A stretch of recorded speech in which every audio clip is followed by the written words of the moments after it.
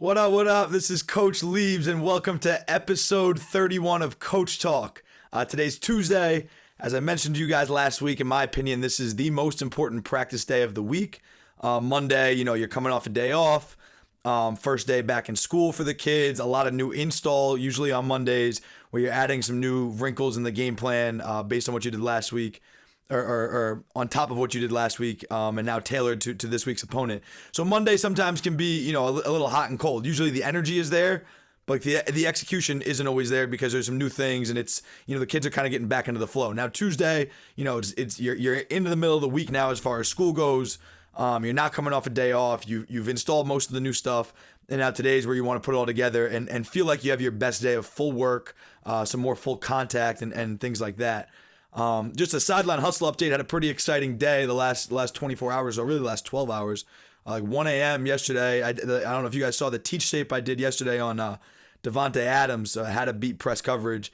He posted that on his Instagram story last night, like 1 a.m. And it's been a really cool response. Picked up a ton of followers and attention, and he really brought a lot of awareness to us on Instagram. And then Taylor Gabriel, the receiver for the Bears, who I have a lot of respect for, and actually have a lot of film of, and have been meaning to do a lot of Taylor Gabriel teach tapes. He sent me a clip of a good stretch release, and he stacked the defender and caught a deep ball from last weekend. He DM'd me a clip on Instagram and said for the culture, and told me how much he respects the work we're doing on Instagram and how helpful everything, all the clips that we're putting out there are for young kids, and sent me basically footage to make a teach tape with and use to teach with. So really cool, really exciting, two really exciting interactions with those two guys.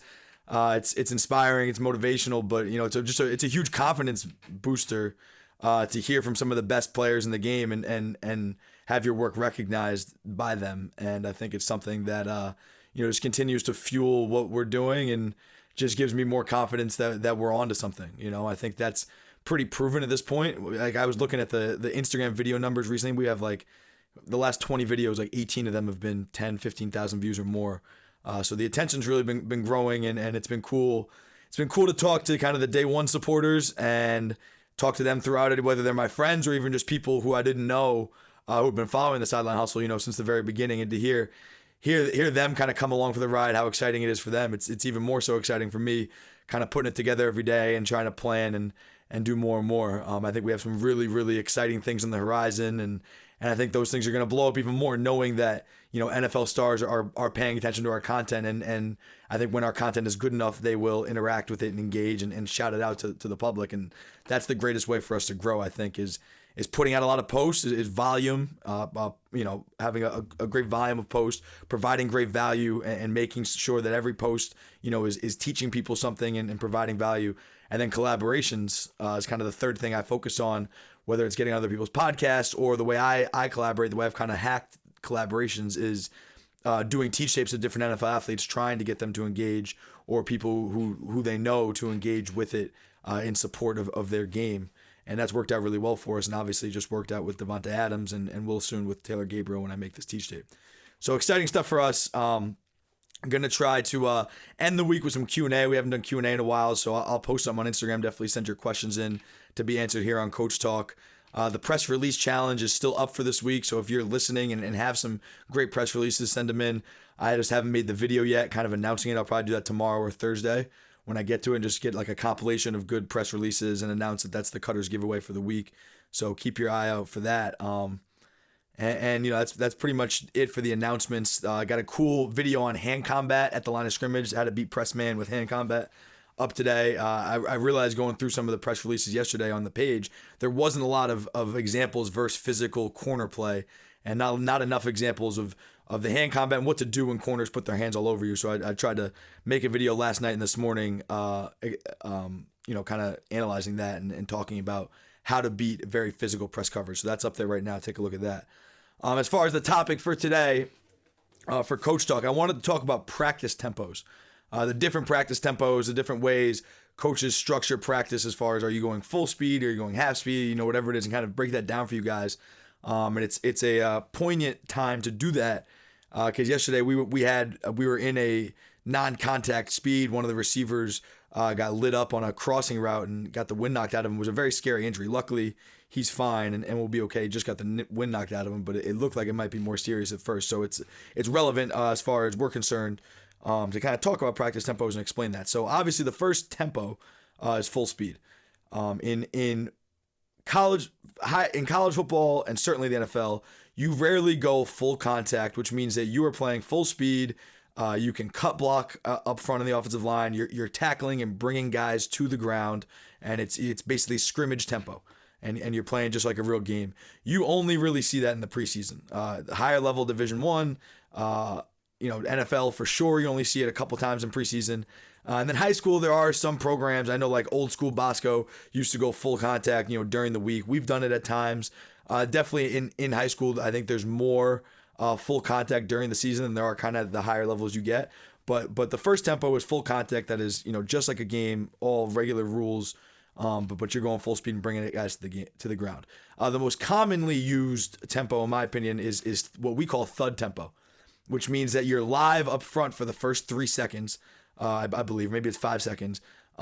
There's no cut blocking allowed in the offensive line, and you are not allowed. And the defense isn't supposed to knock people to the ground. You're going to fit up for the tackle, you're going to wrap them up, and you're going to thud them up, and you're going to make it so they can't move and they can't finish the run. It's clear that they're tackled, but you're going to slow up a little bit and not bring them to the ground, because the number one way guys get hurt in practice, just in football in general, is being tossed to the ground. That's how you twist a knee, twist an ankle, fall on your wrist the wrong way, get tangled up with someone, get rolled up on, so what you do to kind of keep everyone healthy, but still keep the speed and competitiveness high, as you call it thud tempo, where it is full contact up front. You are able to make a play on the ball in the air. Like if it's a jump ball, the defense can bat it down. It's fully competitive there. But it's when you're going to tackle guys, you try to keep them up and try to keep them standing so the guys aren't on the ground. Then there's tag tempo. Tag tempo is a huge disadvantage for the defense, but it's very necessary to practice at times with guys healthy. Tag tempo means you're gonna fit up and kind of like get in position, but then just tag them off. You're not going to wrap them up. You're not gonna deliver a blow. In thud, you're allowed to deliver a blow. In tag tempo, you're not gonna deliver a blow. You're just gonna get in position. Everyone will have assumed that you made the play by being in position, and you kind of tag off. For the offense, we're emphasizing finish all the time, finish over the top. So a lot of times tag tempo can make the defense look bad because, we're just getting tagged. We're taking the ball, puncturing the defense and getting north right away, and it looks like a big gain for us. And a lot of times in high school, especially with young, emotional kids, a kid will catch the ball, split two defenders, and act like he goes to score. In full contact, he's probably getting tackled. Maybe he does a great job of piercing the defense and getting north, but he's probably getting tackled. Then he can hoot and holler and make it look like it was a big play. And then defensive guys lose their cool. They start getting competitive and they say, screw tag tempo, and they start hitting people. And now that's when guys start to get hurt. So that's like a big kind of point of contention with tag tempo. I very much feel for the defense. I think it's very hard to teach your defense to practice at tag tempo because the number one you're preaching is aggressiveness and swarming to the football. But then you're asking them to slow up. A lot of times coaches will say in tag tempo that they don't want the defense to make a play on the ball in the air. So that way, if it's a jump ball, you're not both jumping for it and landing on each other, risking injury. So a lot of times tag tempo is favored for the offense, but I think that's very necessary, just to keep everyone healthy, especially for 7-on-7 when it's 100% pass and the defense outnumbers the offense in pass coverage. And then the last tempo is walk-through tempo, which is, as it sounds. Walk-through, usually the day before a game. Sometimes like we have a 10-minute walk-through before practice, where everyone's just going to walk and step to their gaps on defense. You're going to step to your blocking assignments or walk or jog through your routes on offense, but there's no balls being thrown. There's no play on the ball. You're just walking through your assignments, how you would fit up the run on defense, how you would block it up on offense, how you run the route, etc. Walk through tempo. And we had an issue yesterday in practice where we had 7-on-7, it's tag tempo, and we had one of the receivers get cleaned out on a crossing route, which in live football, that's the way the linebacker should play it. I understand. In tag tempo, it's a little, like I usually don't gripe about these things. It's football. I get it. I was concerned there because it's tough for us as receivers. We're so vulnerable when the defense knows, A, it's 100% pass. B, in this drill, they were dropping 8. So it's 8 on 4 or 5 receivers. There's not a lot of room to go. But the defense has no threat of a run and all this. And we're out there running clean routes looking for the ball, and we can get our heads taken off at any point. 7-on-7, you try to keep it tag. And there was, some competitive stuff. He ended up knocking the kid over. Luckily, he's fine. But it was good inspiration for this episode, and glad we can kind of smile about it now that the kid's going to be healthy and is feeling all right. But that's it for today. Running out of time right now. Practice tempos. Hopefully that was educational for you guys. Episode 31 of Coach Talk. This is Coach Liebs. I'll see you tomorrow. Peace.